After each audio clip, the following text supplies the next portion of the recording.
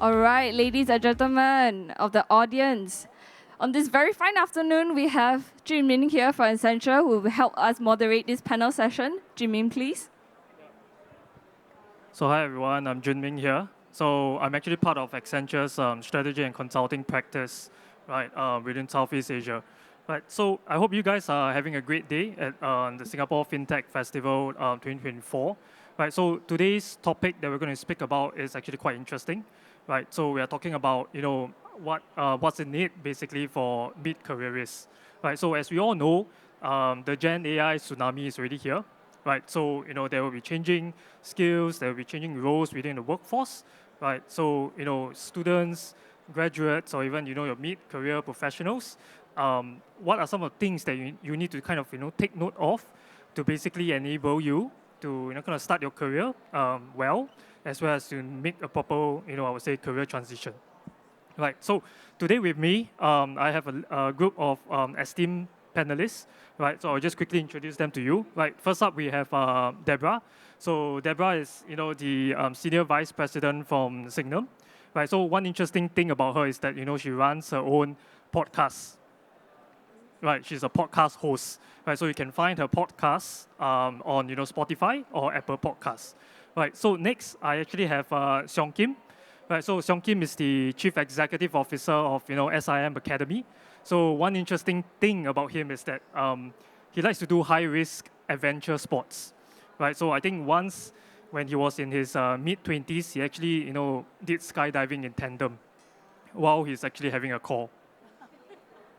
Right, and then lastly, I have Tarini. Right, so Tarini is a senior consulting leader from Accenture as well.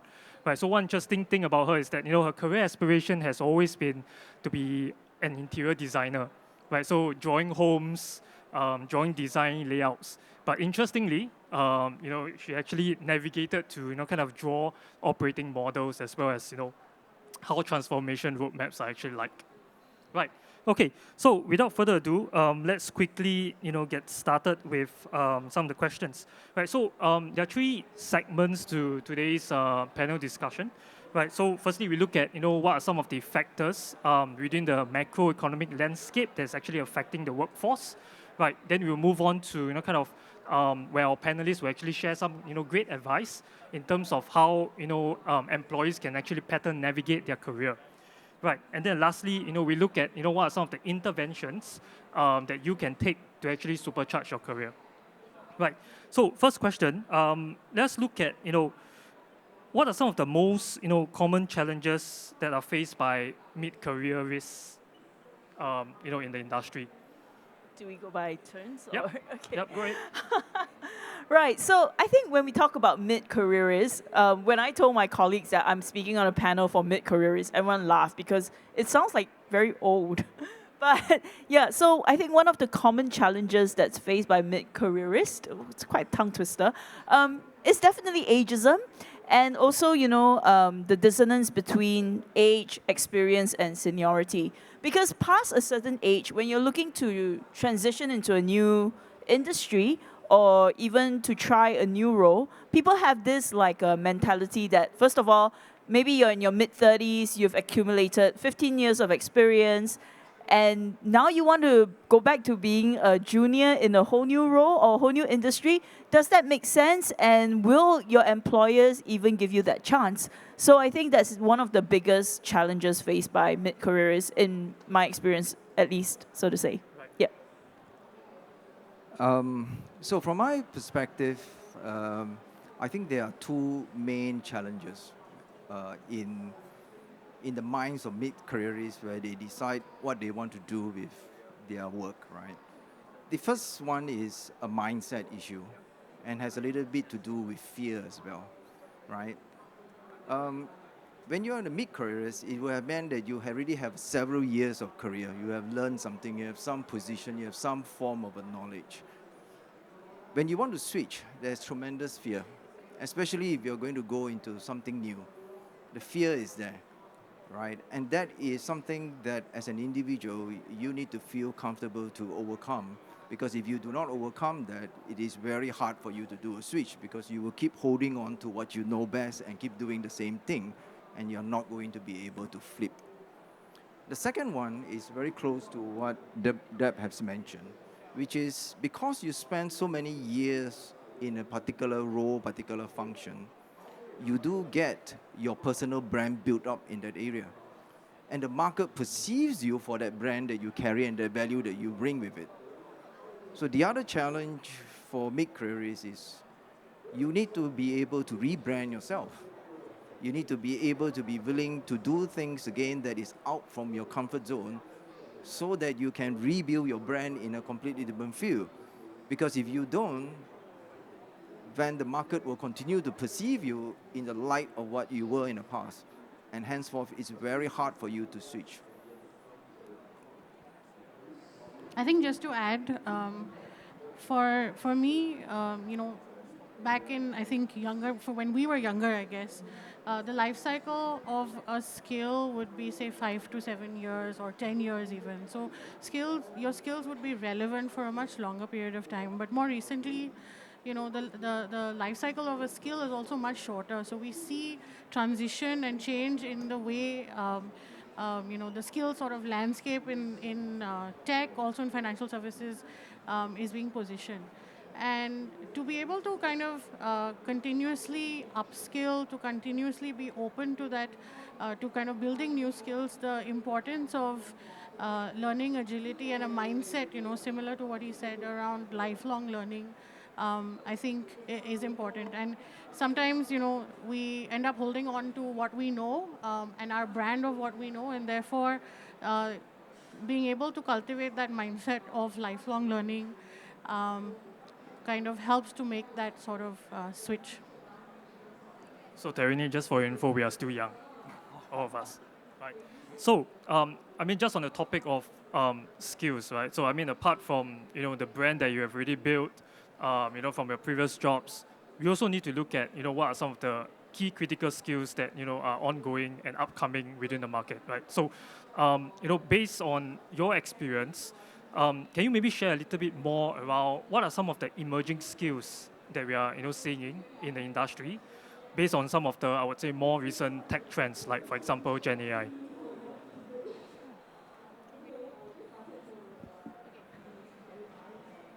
So I think we launched our tech talent report this afternoon, and some of the key trends that we saw was actually, it's an interesting space where behavioral skills and more cross-functional types of skills are becoming more and more relevant, more and more important.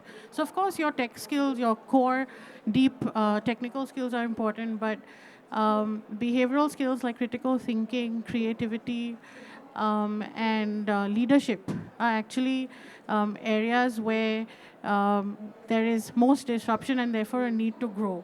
I think with trends like Gen AI, with the way our landscape is in Singapore, the talent landscape is in Singapore, some of these behavioral skills or behavioral traits are becoming more and more important.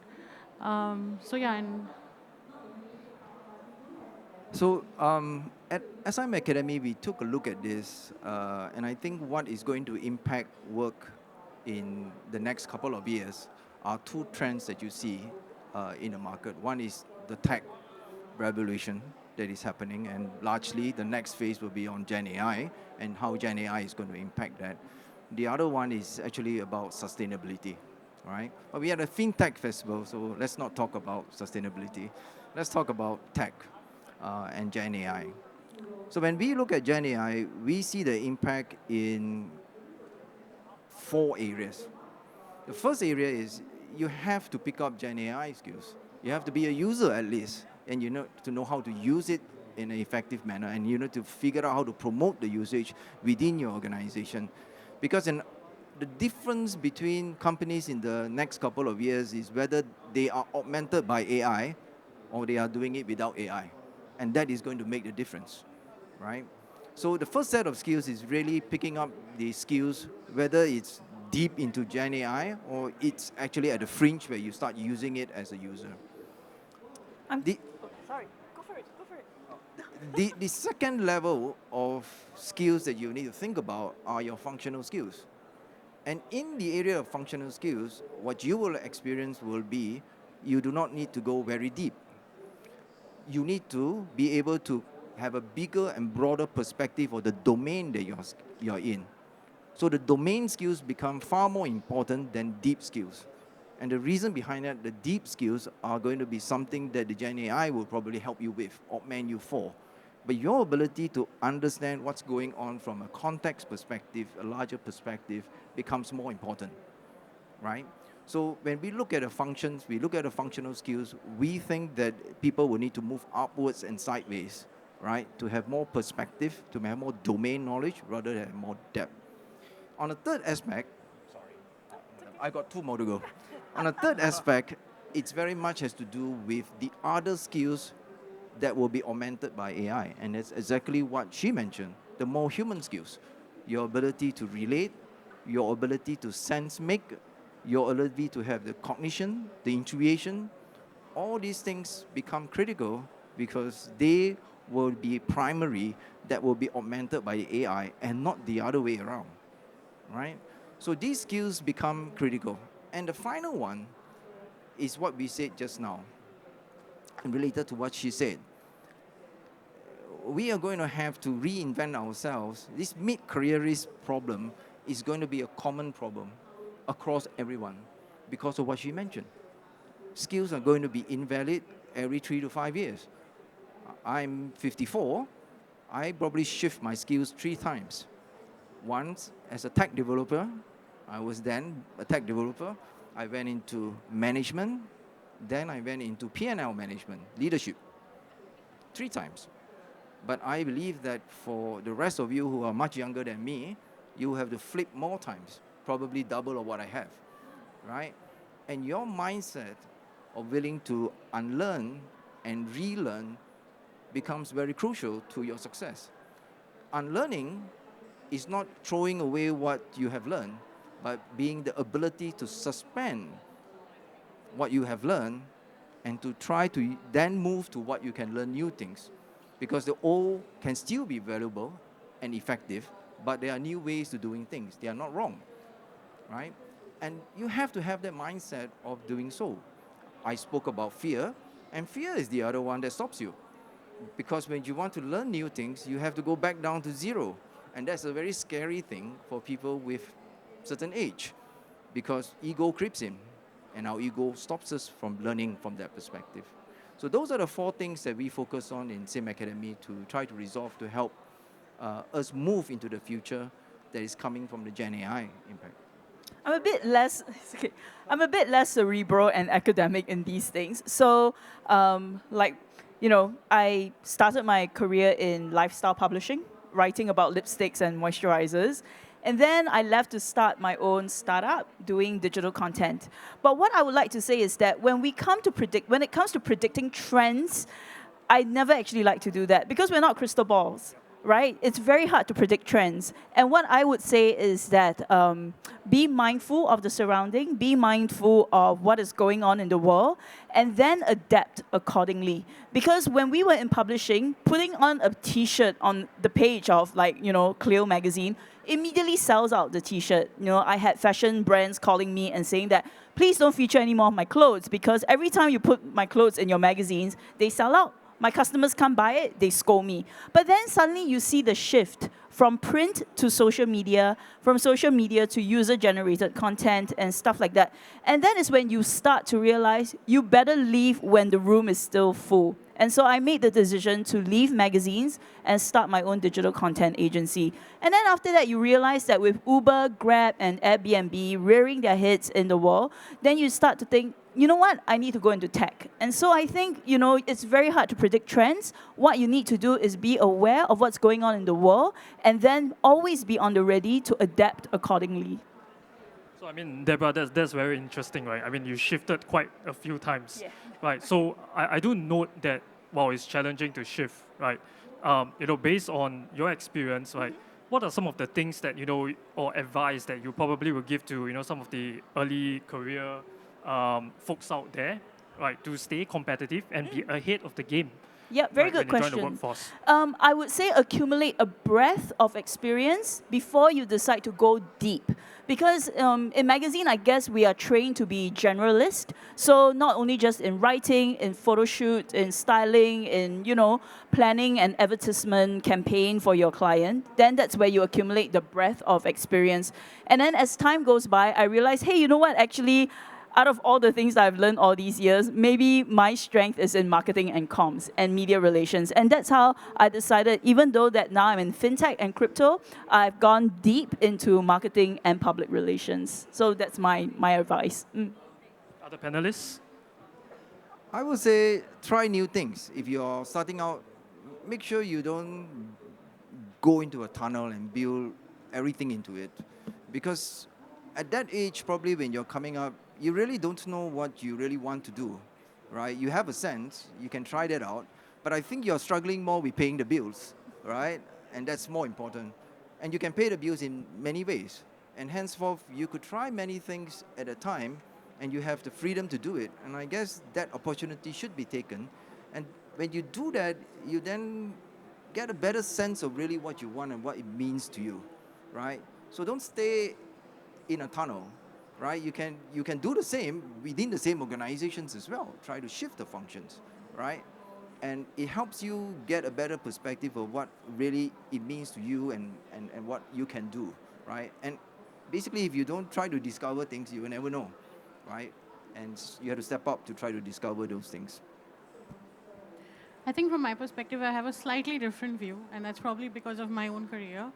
I think when you're starting out, it's about finding your calling card, right? What are you passionate about, but also where do you have the opportunity to learn and grow? I think personally in my career, I've had opportunities to, while I've been in the same firm, I've had opportunities to do different types of work, and that's where I've gained exposure. And therefore, now I would consider myself, a deep specialist in certain areas, which is where I started, but also have over time built some of those generalist skills, and therefore allowing me then, making it easier for me to move from, one role to another role. So, Terry, just on that point, right, specifically for mid-careerists, right? So, maybe you can give a little bit more flavor to how, mid-careerists can actually navigate, some of these, skilling patterns within the next 1 to 2 years. So I think the key thing is for mid-careerists, you're saying. So for mid-careerists, it's really knowing, firstly being open in terms of, that mindset of lifelong learning, learning agility, etc. But then also knowing what your options are, right? I think in the Singapore landscape, there's a much broader ecosystem that you can learn from. And I think it's important to tap on those opportunities. There's engagements with some of our IHLs, and we have representation here today. There's also potentially opportunities with bigger tech firms like Google, like the Skills Ignition programs. Some of our programs that IBF and others offer. So being open to kind of going back into education, but also knowing that there's a full landscape around you to help you. I think again it goes back to having that mindset to be able to continuously renew and learn. So, Kim, you have anything to add on? Okay, so I look at this, you can play it two ways, right? One of the ways you can do it in the idealist way, to say I'm a mid-careerist, I'm about 40 to 50, I want to do what means to me, what's my passion is, and so on. You can choose that route. And that's to me the one answer that you can choose to do. The other answer is to be very practical, to say, look, I have a family to feed, I need work, so I need a job.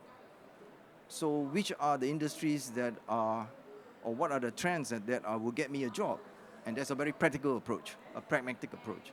So there are three trends in Singapore where the job market is in a lot of demand. Tech, as you know, sustainability, as you know. I can tell you that sustainability is going to be in every one of your jobs. You need to know, just like tech is today, sustainability will also be the other one. And lastly, in the care economy, there's a huge demand for people in the care economy. These are the three sectors that have huge job demands. So knowing that there are a lot of government initiatives, especially with the career transition programs, that you can sign up to, right? You can approach E2I, which has been given the government's responsibility to provide career coaching to you into these jobs, right?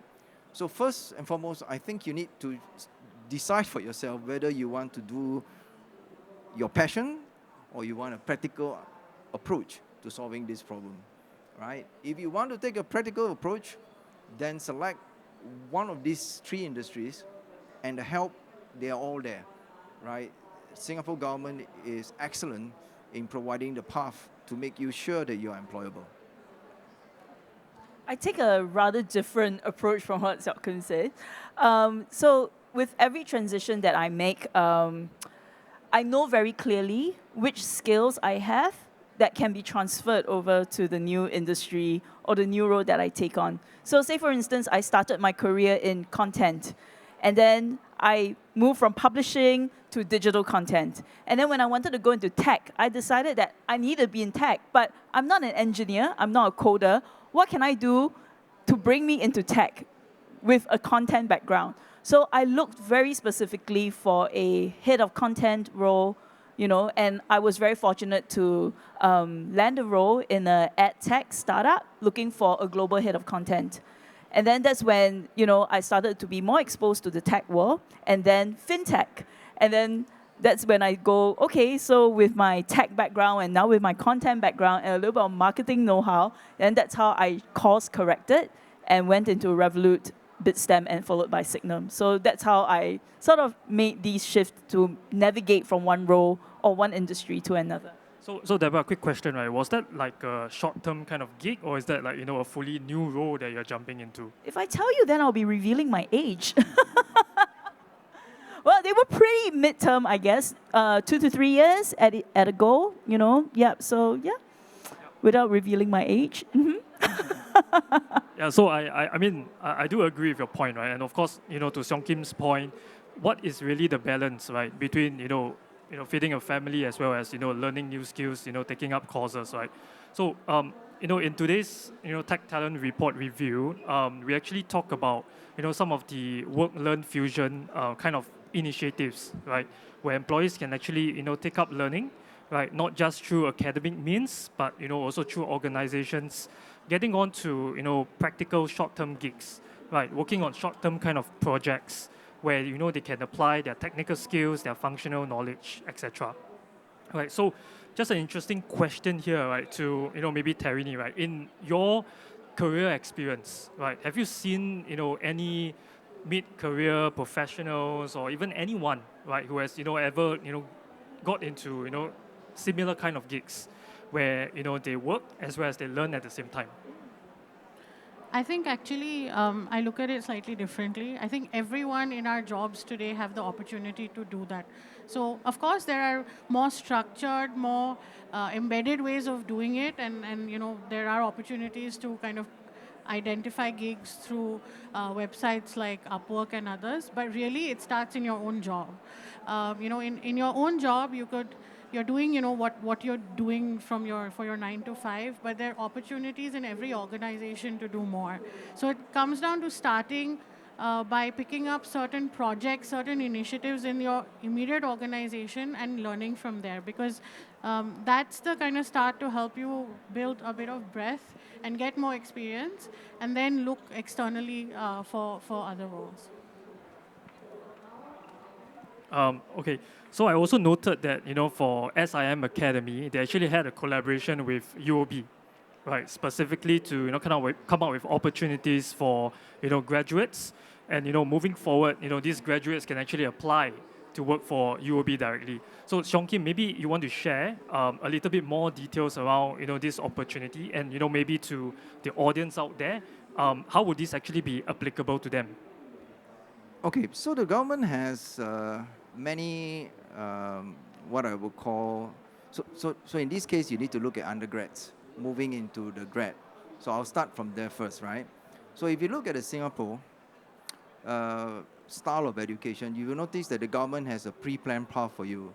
Either you go to ITE, you go to diploma, you go to the degree, right? And one of the things the government struggle with is the local mentality. We as Asians always want degree. We will not stop at diploma. It's not you, but your parents. They will try to get you to the degree. And so one of the challenges the government face is that a lot of diploma holders who can come out and work are not. They're going back to school to get a degree before they go and work. And that delays the overall workforce deployment of Singapore. As a means to solve this, what the government has done is that they have these work-study programs. You work while you study to get to a degree. And part of the work that you do contributes to the credits that you need to do to get to the degree program. And I think that's an excellent idea that the government is doing across the universities, right? And I do think that that way of studying and working is going to be the trend. SIT has started that with the micro-credentials, right?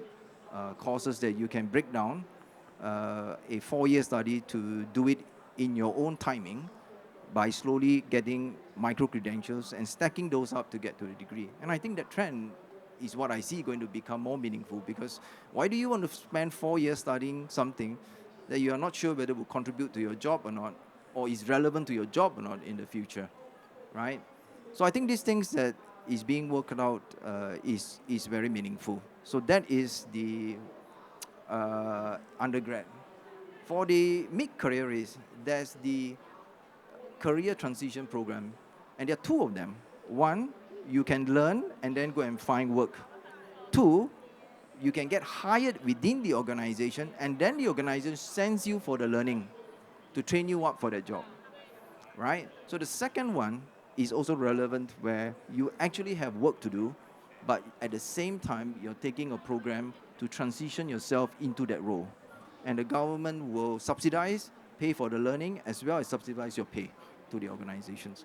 So those are the 2 general one for the undergrads, the other one more from the mid-careerist perspective.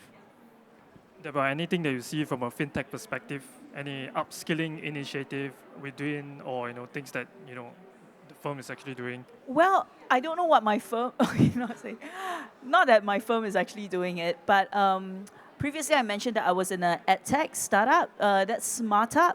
So SmartUp was a platform that actually gamifies learning. So during my time there, we actually gamified learning with IBF, Singapore College of Insurance. So for people who wanted to do like CPD hours, for organizations that wanted to make like learnings like anti-money laundering more exciting, then they would come to, say, SmartUp, and then we will gamify that learning and make it more engaging. So I do see, like, from a fintech perspective, certain organizations are making headways into making their courses a little bit more engaging.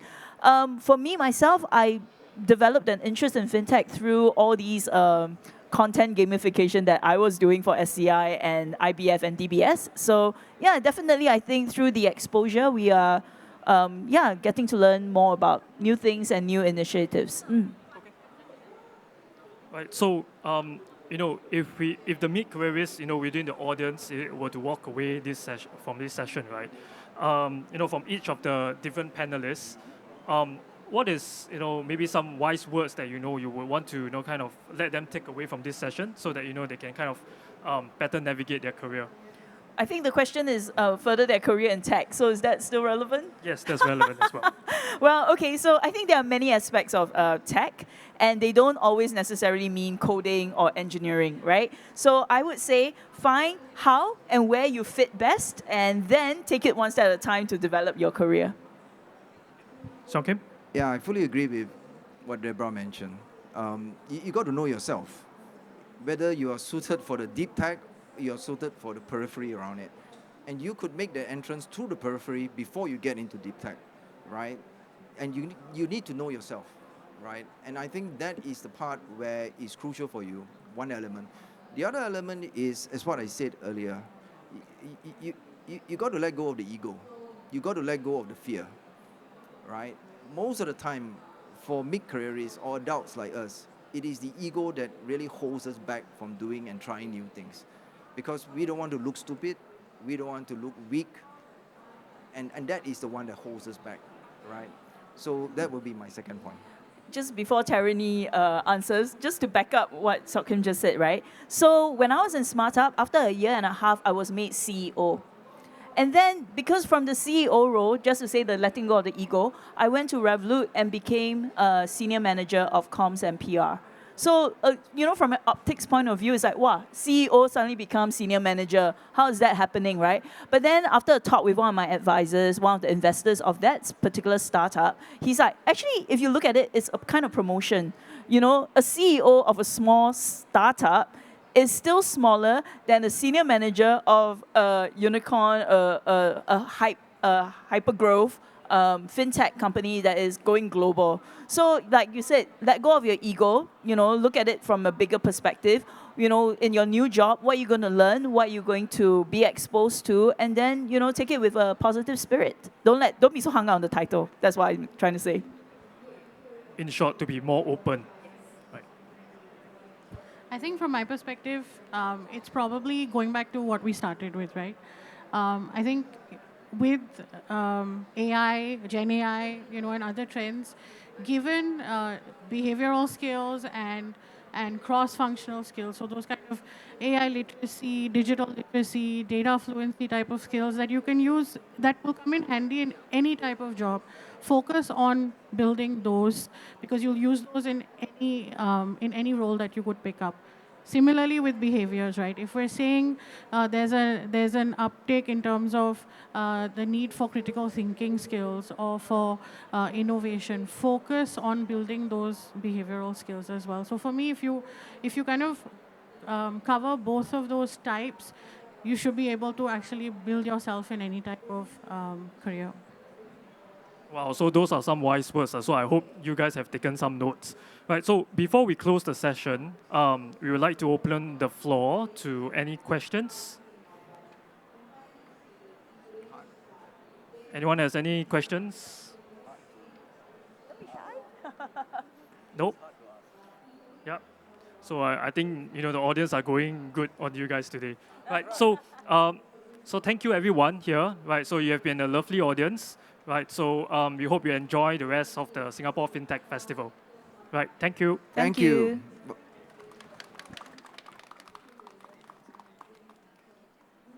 Thank you. All right, man. Thanks. So thank you for everyone for coming for this panel session, and thank you for this insightful session. 不要换那个 slide first. 他们要拍照。Is it okay? Okay lah. Do note that we have a career networking session at 5 to 6 p.m. So if you are interested, do hop by our booth, where there will be different companies as well as different financial institutions that will be here, showcasing our job opportunities, internship opportunities, as well as Singapore's different job cultures.